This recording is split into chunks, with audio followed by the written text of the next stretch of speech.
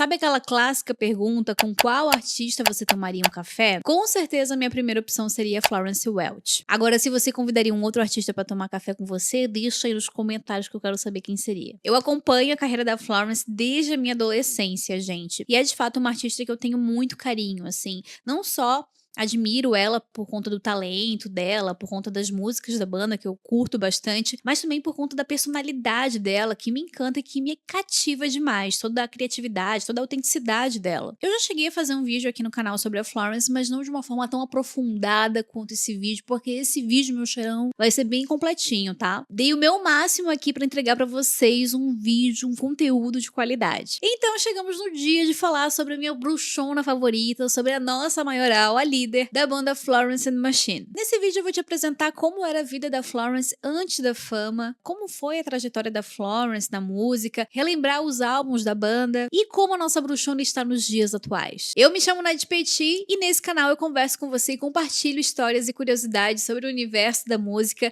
Se você ainda não é inscrito nesse canal, se inscreva, pertence à nossa comunidade, deixa o seu like nesse vídeo porque isso me ajuda muito. E eu vou deixar aqui também o meu arrobinha caso você queira me seguir ou me mencionar, fica bem à vontade. Agora bora pro vídeo, porque esse vídeo com certeza vai ser um dos meus favoritos do canal.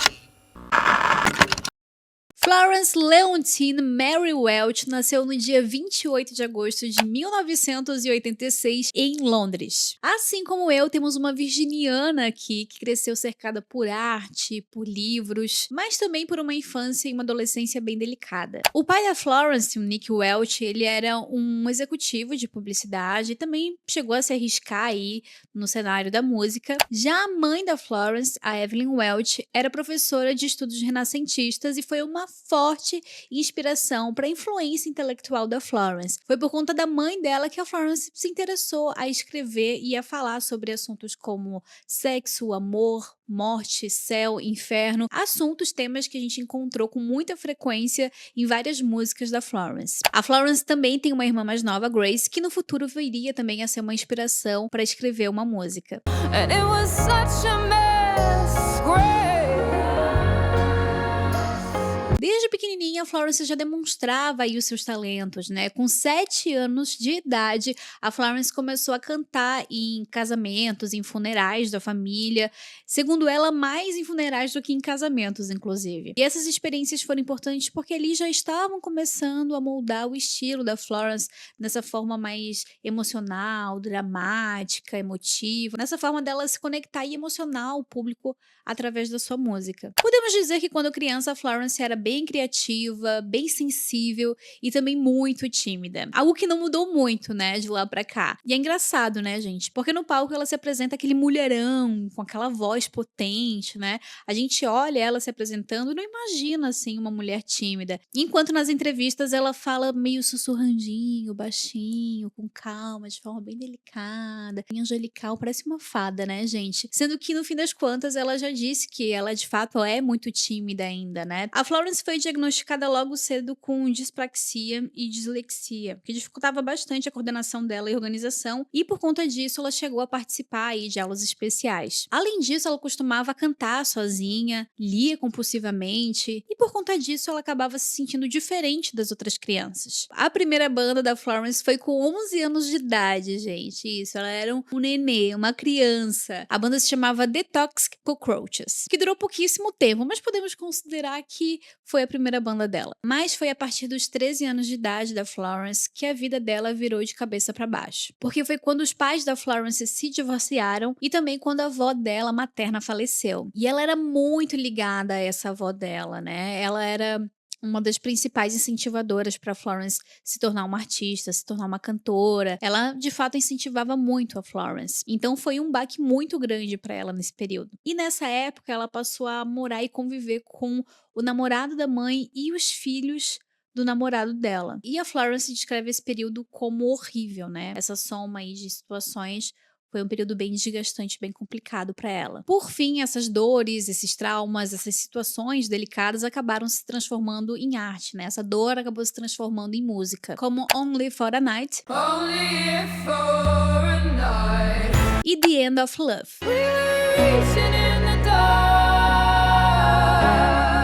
Na adolescência, com toda essa bagagem emocional, a Florence passou a buscar alguns escapes. Passou a ouvir bandas grunge, punk e também começou a beber feito louca. Porque pra ela fazer isso era como se ela estivesse encontrando uma forma de fugir do meio do caos que estava dentro da cabeça dela e dentro de casa também. Ela mesma já contou que era uma época que ela ia pra umas festas esquisitas, conhecia umas pessoas bizarras. Teve um dia que ela correu pelada na rua, enfim, era um caos, né? Um caos na vida da gata acontecendo. De acordo com a Florence, era uma fase bem autodestrutiva, mas também que foi importante para a formação criativa dela como artista. Isso porque mais tarde, movida aí pela criatividade, ela decidiu estudar ilustração na faculdade. Mas com 20 e poucos anos, ela decidiu fazer uma pausa nessa faculdade porque ela queria se dedicar à música. Então a Florence começou a se apresentar em pequenos bares da cidade, fazer pequenas apresentações. Mas ela fazia isso com bandas super improvisadas, tudo em cima da hora. Era um período onde todo mundo tinha uma banda e ela era muito criativa, imaginava coisa na cabeça e ela falava: "Ah, eu também canto, eu também tenho uma banda". E daí quando chamavam ela de fato pra tocar num bar, saía correndo atrás das pessoas pra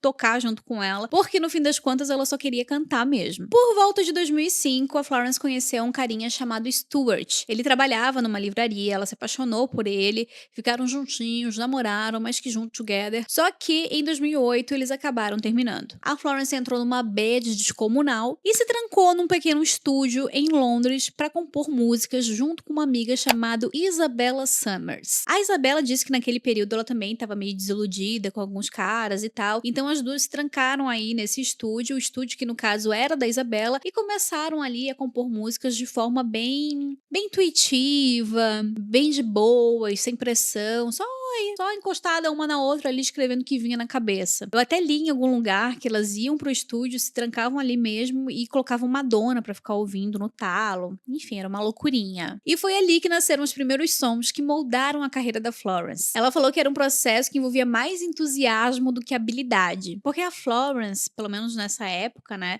ela não era formalmente treinada, digamos assim, né? Ela não sabia ler partitura direito. Ela tocava piano de uma forma bem intuitiva, mal sabia tocar. Era muito do mood, entendeu? Muito da energia, do momento. Mas eu acho que no fim das contas foi isso que tornou tudo tão autêntico, né? Pra vocês terem uma ideia, sabe aquela batidinha clássica de Dog Days Are Over? Tá, tá.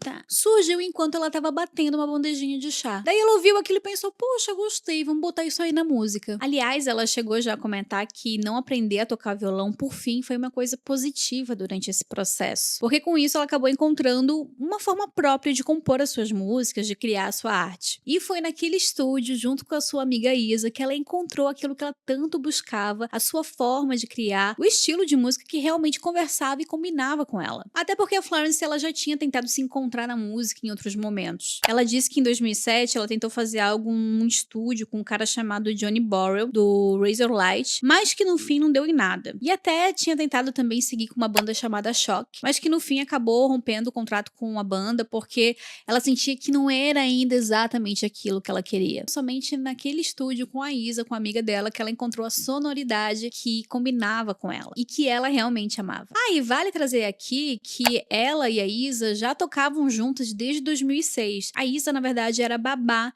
da irmã mais nova dela, a Grace. Elas se apresentavam como Florence Robot e Isa Machine. Elas faziam shows pequenininhos, postavam demos no MySpace e aos poucos, né, começaram a ganhar aí um destaque, começaram a ganhar um reconhecimento, chamando a atenção da galera no MySpace e também entrando aí em notícias de blog, de música indie da época. Com o passar do tempo, o nome mudou. Saiu desse nome de duo pro nome de banda, né? Ficando Florence and Machine, onde Machine representava tanto a Isa quanto também os demais membros da banda. Até que em 2008 elas assinam com a Island Records. E em 2009 temos o aclamado álbum de estreia Lungs. O primeiro single que foi lançado foi Kiss with a Fist.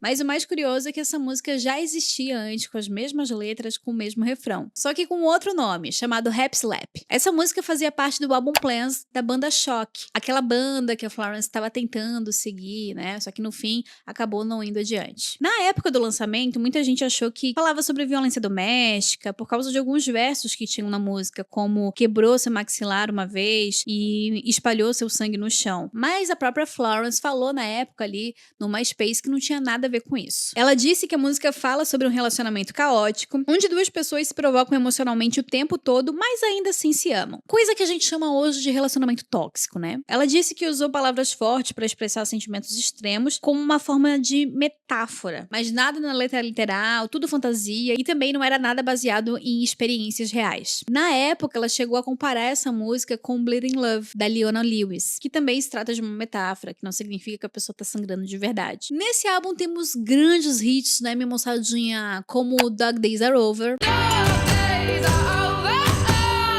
You Got The Love,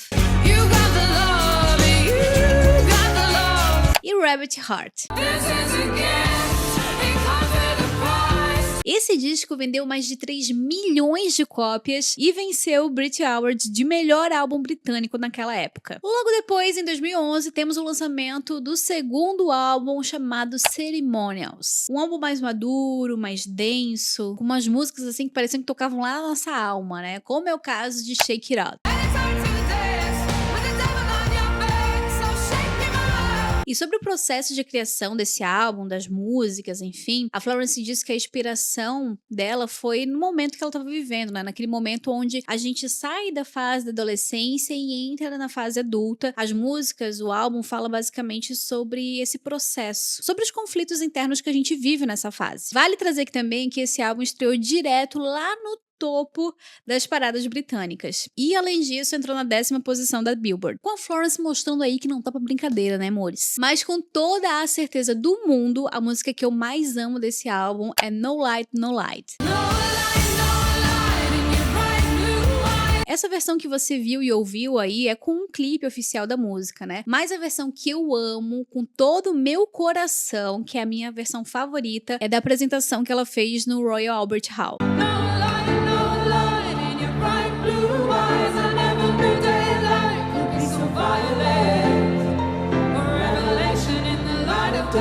Na verdade, o show completo é belíssimo, né, gente? Se você nunca assistiu, fica aí a dica, tá? Tem aqui no YouTube pra você assistir. Gente, é muito satisfatório, assim. Inclusive, é um tipo de show que eu preferiria assistir do que, tipo, ir num show de festival, assim, sabe? De ficar sentadinha ali, apreciando, sabe? Um show em teatro, assim. Quando isso vai acontecer, novamente, só Deus sabe. Porque eu sou bem essa pessoa, minha gente. Posso ter uma carinha que expressa um pouquinho aí uma juventude, mas minha alma é de uma senhora 60 a mais, tá? E outra música que teve bastante destaque também nesse álbum é Spectrum, Say My Name.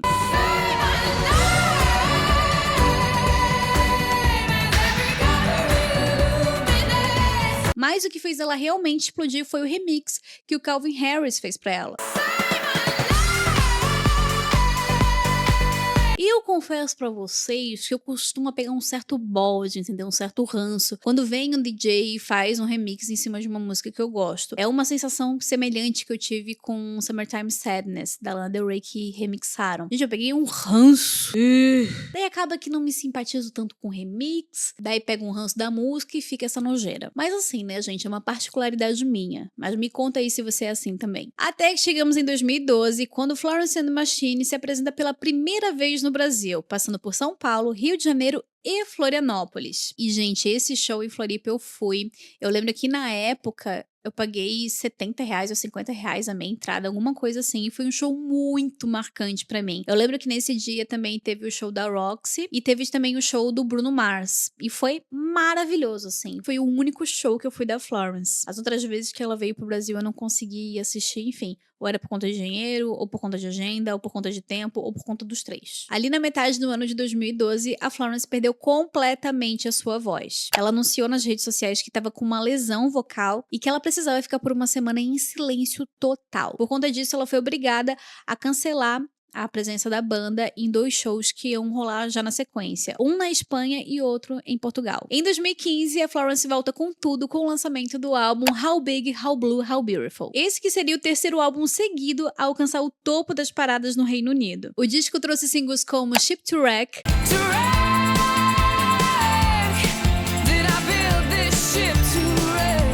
What Kind of Man, Queen of Peace e Delilah.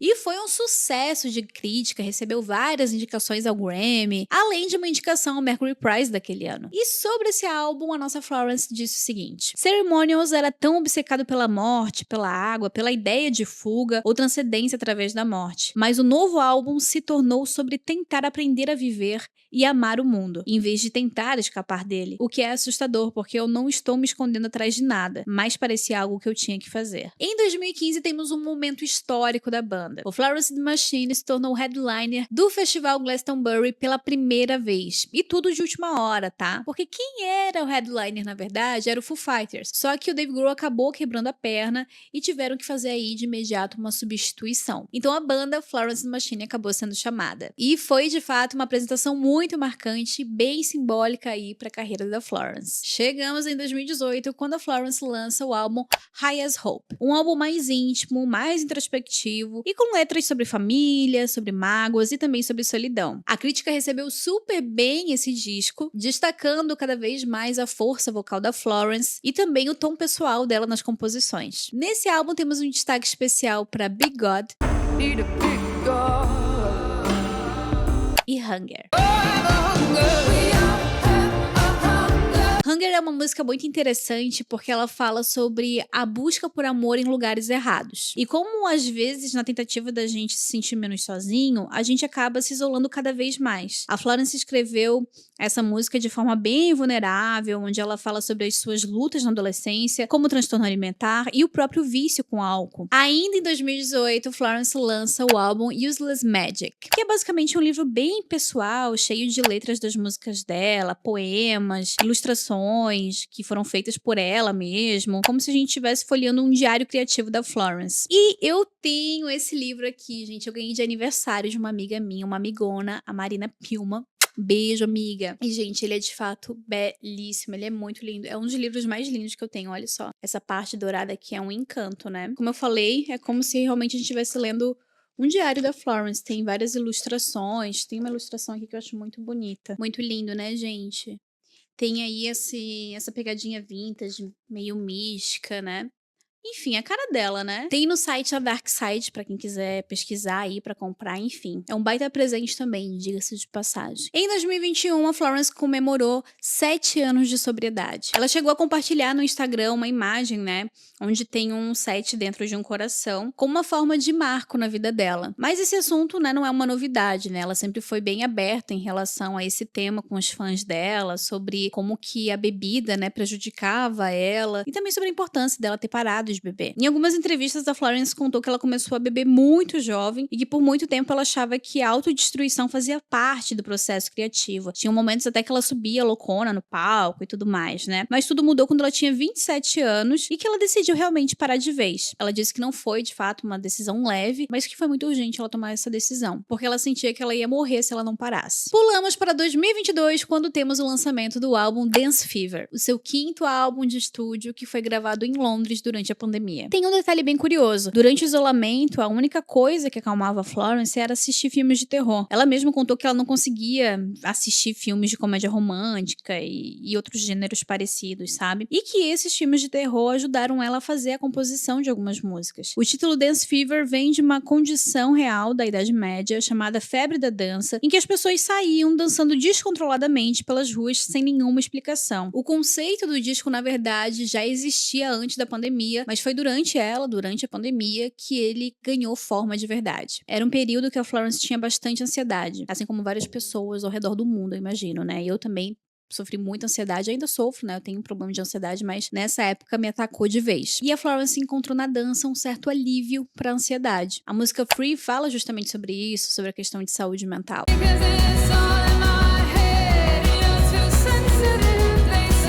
E nesse álbum a gente tem muitas músicas que merecem ser enaltecidas, mas vou compartilhar com vocês aqui as minhas favoritas, que são King,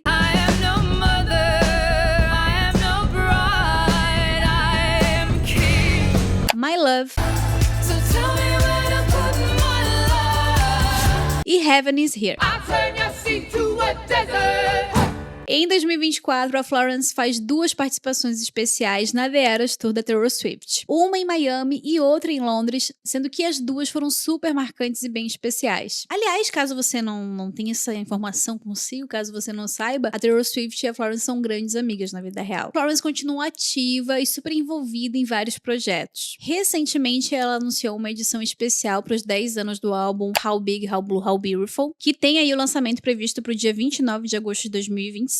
Além disso, a Florence colaborou com o projeto musical Everything is Record, que é liderado pelo Richard Russell, onde ela participa da faixa Never Felt Better, que foi lançada em fevereiro de 2025. E agora o que nos resta é cruzar os dedinhos e torcer para que em breve a Florence venha novamente para o Brasil se apresentar, já que a última passagem dela foi em 2023 no Mita Festival. Eu espero de coração que você tenha gostado desse vídeo e assim, ó, eu confesso para você que deu um trabalhão para fazer esse vídeo, tá? Para reunir todas essas informações. Então, deixa aí o seu like, deixa aí o seu joinha para me apoiar, para apoiar aqui todo esse trabalho que passei. Mas me conta aqui nos comentários se você também é fã da Florence. Me conta aqui se você se lembra quando foi a primeira vez que você ouviu uma música da Florence, ou se você lembra qual música que era. Eu, no caso, a primeira vez que eu ouvi uma música da Florence foi numa série chamada Skins, é uma série britânica, lá nos tempos das antigas, né? Acho que era 2009, não lembro do ano agora, mas acho que era 2009 com a música The Dog Days Are Over. Mas me conta aí nos comentários a tua experiência. E se você ainda não é inscrito nesse canal, se inscreva aí. Vou deixar aqui também o meu arrobinha caso você queira me seguir pra gente ficar ainda mais conectado. E até o próximo vídeo.